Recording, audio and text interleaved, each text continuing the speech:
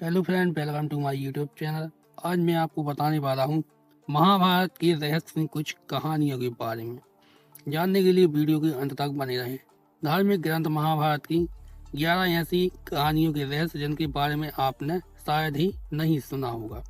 आपको धार्मिक ग्रंथ महाभारत से जुड़ी अलग अलग कहानियों के बारे में मालूम होगा, लेकिन इसमें कई ऐसी कहानियाँ हैं जिनके बारे में आप शायद ही जानते ना हो। जब कौरव की सेना पांडवों से युद्ध हार रही थी, तब दुर्योधन भीष्म पितामह के पास गया और उन्हें कहने लगा कि आप अपनी पूरी शक्ति से यह युद्ध नहीं लड़ रहे। भीष्म पितामह को काफी गुस्सा आया और उन्होंने तुरंत 5 सोने की तीर के लिए कुछ मंत्र पढ़े। मंत्र पढ़ने के बाद उन्होंने दुर्योधन से कहा कि कल इन 5 तीरों से भी पांडवों को मार देंगे। मगर दुर्योधन को भीष्म पितामह के ऊपर विश्वास नहीं हुआ और उनसे तीर ले लिए और कहा कि वह कल सुबह इन तीरों को वापस करेंगे। इन तीरों के पीछे की कहानी भी बहुत मजेदार है। भगवान कृष्ण को जब तीरों के बारे में पता चला तो उन्होंने अर्जुन को बुलाया और कहा कि तुम दुर्योधन के पास जाओ और 5 तीर मांग लो। दुर्योधन की जान तुमने एक बार गंधर्व से बचाई थी, इसके बदले में उसने कहा था कि कोई एक चीज जान बचाने के लिए मांग लो। समझ आ गया है कि अभी तुम उन 5 सोने के तीर मांग लो। अर्जुन दुर्योधन के पास गया और उसने तीर मांगे। क्षत्रिय होने के नाते दुर्योधन ने अपने वचन को पूरा किया और तीर अर्जुन को दे दिए। दूसरी कहानी, द्रोणाचार्य को भारत का पहले टेस्ट ट्यूब बेबी माना जाता है। यह कहानी भी काफी रोचक है। द्रोणाचार्य के पिता महर्षि भारद्वाज थे और उनकी माता एक अप्सरा थी। दरअसल एक शाम भारद्वाज शाम में गंगा नहाने गए, तब उन्होंने वहां एक सुंदर अप्सरा नहाते हुए दिखाई दी। उनकी सुंदरता को देख ऋषि मंत्रमुग्ध हो गए और उनके शरीर से शुक्राणु निकला, जिसे ऋषि ने एक मिट्टी के बर्तन में जमा करके अंधेरे में रख दिया। इसी से द्रोणाचार्य का जन्म हुआ। तीसरी कहानी, जब पांडवों के पिता पांडु मरने के करीब थे तो उन्होंने अपने पुत्र से कहा था कि बुद्धिमान बनने और ज्ञान हासिल करने के लिए वे उनका मस्तिष्क खा जाएं। केवल सहदेव ने उनकी इच्छा पूरी की और उनके मस्तिष्क को खा लिया। पहली बार खाने पर उसे दुनिया में हो चुकी चीजों के बारे में जानकारी मिली।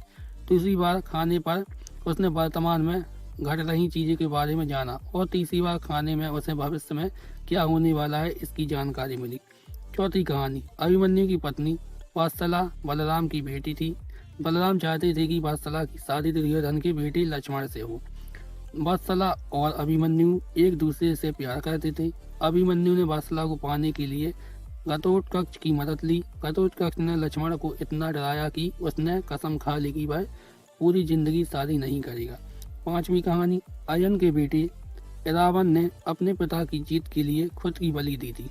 बलि देने से पहले उसकी अंतिम इच्छा थी कि वह मरने से पहले शादी कर ले, मगर इस शादी के लिए कोई भी लड़की तैयार नहीं थी, क्योंकि शादी के तुरंत बाद उसके पति को मरना था। इस स्थिति में भगवान कृष्ण ने मोहिनी का रूप लिया और रावण से न केवल शादी की बल्कि एक पत्नी की तरह उसे विदा करते हुए रोए भी थे। छठवीं कहानी, सहदेव जो अपने पिता का मस्तिष्क खाकर बुद्धिमान बना था, उसमें भविष्य देखने की क्षमता थी। इसलिए दुर्योधन उसके पास गया और युद्ध शुरू करने से पहले उससे सही मुहूर्त के बारे में पूछा। सहदेव यह जानता था कि दुर्योधन उसका सबसे बड़ा शत्रु है, फिर भी उसने युद्ध शुरू करने का सही समय बताया। सातवीं कहानी, धृतराष्ट्र का एक बेटा युयुत्सु नाम का भी था। युयुत्सु एक वैश्य महिला का बेटा था। दरअसल धृतराष्ट्र की संबंध एक दासी के साथ थे जिससे युयुत्सु पैदा हुआ था। आठवीं कहानी, महाभारत के युद्ध में उडुपी के राजा ने निरपेक्ष रहने का फैसला किया था। उडुपी का राजा ना तो पांडवों की तरफ से था और ना ही कौरवों की तरफ से। उडुपी के राजा ने कृष्ण से कहा था कि कौरवों और पांडवों की इतनी बड़ी सेना को भोजन की जरूरत होगी और हम दोनों तरफ की सेनाओं को भोजन बनाकर खिलाएंगे। 18 दिन तक चलने वाले इस युद्ध में कभी भी खाना कम नहीं पड़ा। सेना ने जब राजा से इस बारे में पूछा तो उन्होंने इसका श्रेय कृष्ण को दिया। राजा ने कहा कि जब कृष्ण भोजन करते हैं तो उनके आहार से उन्हें पता चलता है कि कल कितने लोग मरने वाले हैं और खाना उसी हिसाब से बनाया जाता है। नौवीं कहानी। जब दुर्योधन कुरुक्षेत्र की युद्ध क्षेत्र में आखिरी सांस ले रहा था, उस समय उसने अपनी 3 उंगलियां उठा ली थी। भगवान कृष्ण उसके पास गए और समझ गए कि दुर्योधन कहना चाहता है कि अगर वह 3 गलतियां युद्ध में ना करता तो जीत लेता। मगर कृष्ण ने दुर्योधन को कहा कि अगर तुम कुछ भी कर लेते तब भी हार जाते। ऐसा सुनने के बाद दुर्योधन ने अपनी उंगलियां नीचे कर ली। 10वीं कहानी। कर्ण और दुर्योधन की दोस्ती के किस्से तो काफी मशहूर है। कर्ण और दुर्योधन की पत्नी दोनों एक बार शतरंज खेल रहे थे। इस खेल में कर्ण जीत रहा था। तभी भानुमति ने दुर्योधन को आते देखा और खड़े होने की कोशिश की। दुर्योधन के आने के बारे में कर्ण को पता नहीं था, इसलिए जैसे ही भानुमति ने उठने की कोशिश की, कर्ण ने उसे पकड़ना चाहा। भानुमति के बदले उसके मोतियों की माला उसके हाथ में आ गई और वह टूट गई। दुर्योधन तब तक कमरे में आ चुका था।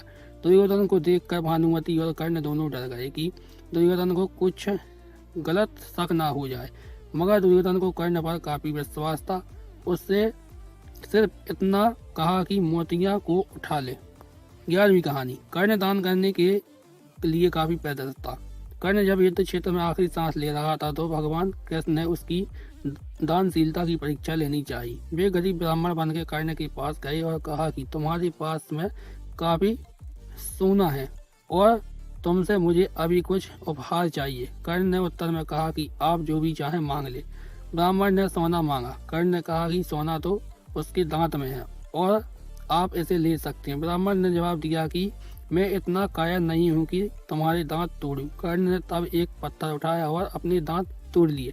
ब्राह्मण ने इसे भी लेने से इनकार करते हुए कहा कि खून से स्नान हुआ यह सोना वह नहीं ले सकता। कर्ण ने इसके बाद एक बाण उठाया और आसमान की तरफ चलाया। इसके बाद बारिश होने लगी और दांत धुल गया। अगर आपको मेरा वीडियो अच्छा लगा हो तो वीडियो को लाइक कीजिए, चैनल को सब्सक्राइब कीजिए और वीडियो को ज़्यादा से ज़्यादा शेयर कीजिए।